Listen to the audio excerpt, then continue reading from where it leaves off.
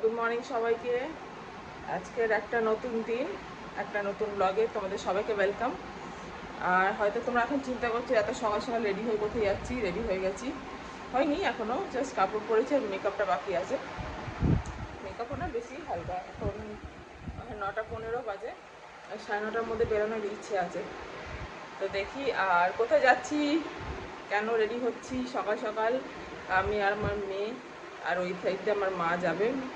তো সেগুলো সবই দেখতে পাবে তোমরা, একটু শুধু অপেক্ষা করো, আমার ব্লগটা দেখো, পুরোটাই দেখো, আশা করছি ভালো লাগবে। তো ঠিক আছে, চলো আমি তাহলে এখন রেডি হইনি, তারপর আবার আসছি, ঠিক আছে, তোমাদের সাথে কথা বলতে। হ্যালো বন্ধুরা, আমরা আবার বেরিয়ে গেছি।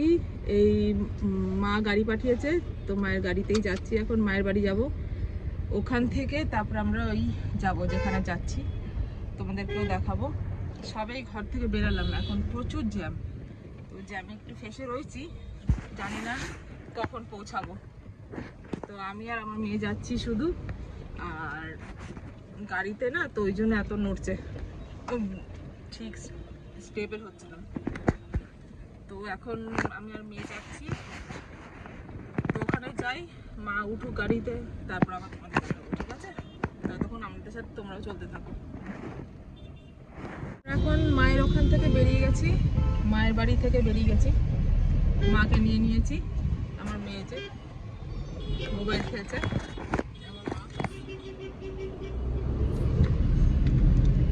তো এখন অনেকটা দূর, প্রায় 1.5 ঘন্টার কাছে রাস্তা যাচ্ছি।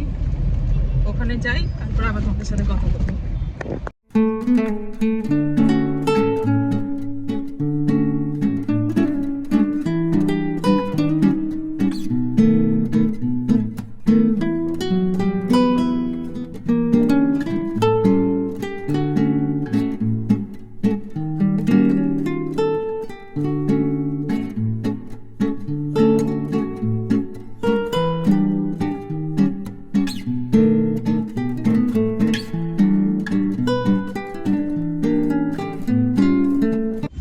আমরা এই 1.5 ঘন্টা ধরে গাড়িতে রয়েছি, এখন আবার ইয়েতে দেখাচ্ছে, জিপিএসে দেখাচ্ছে আরো 45 মিনিট বাকি। মনে হচ্ছে না। আমরা এখন এই হাওড়া ক্রস করে চলে এসেছি, ডোমজুর হসপিটাল ক্রস করলাম। আর এটা হচ্ছে আমার বন্ধু, ওর ফ্রেন্ডের দেওরের বিয়ে, তো ওর শ্বশুর বাড়িতে হচ্ছে, ওর গ্রামের বাড়িতে। তো সেখানে এখন যাচ্ছি আমরা, তো গিয়ে দেখি ওখানে, ঠিক আছে, তারপরে তোমাদের সাথে আবার কথা বলবো।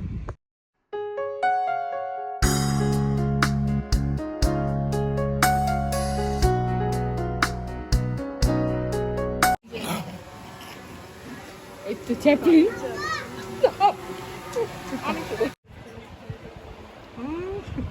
দেখতে দেখ না তুমি কোনো জিনিস চাওয়া তো দূরের কথা, কোনো কথা আমাকে বলতে পারছে না যে আমাকে এই দাও রূপ না। ঠিক আছে, ঠিক আছে, তুই আমার বন্ধু, তোকে দেখবো না। এত দেরি করলে আমার এত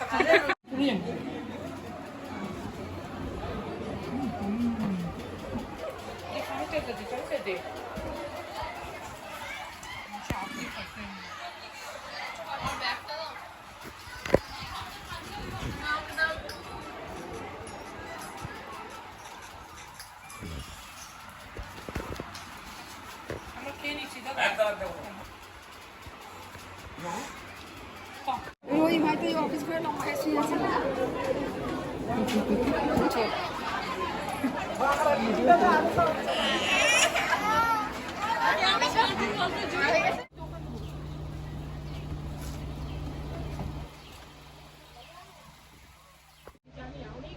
আমাদের হয়ে গেছে, খাওয়া দাওয়া হয়ে গেছে, এখন বাড়ি ফিরছি।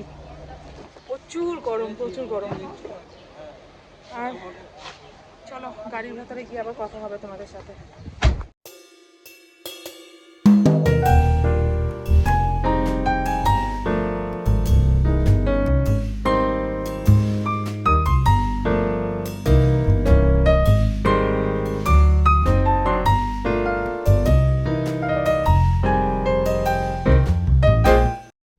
অনেকক্ষণ চলার আসার পর আমরা একটু হল্ট নিলাম, একটু চা খাই, একটু রিফ্রেশ হই, তারপর আবার জার্নি স্টার্ট করব। আমার আমার মেয়ে অলরেডি ওর মুখ লুকানো শুরু করে দিয়েছে। মুখ লুকাচ্ছিস? মা বসে গেছে, বরুণদা গেছে চা নিয়ে আসতে। নিয়ে আসো, একটু চা খাই, তারপর আবার তোমাদের বলছি। দিদা বসে গেছে, দেখ কি সুন্দর, দিদাকে দেখাচ্ছি, আয় দেখ। ওর মধ্যে আর কি নেবো, আমাকে দিয়ে যাও। চা এসে গেছে, একটু ছোট এই চাটা খাই তারপর।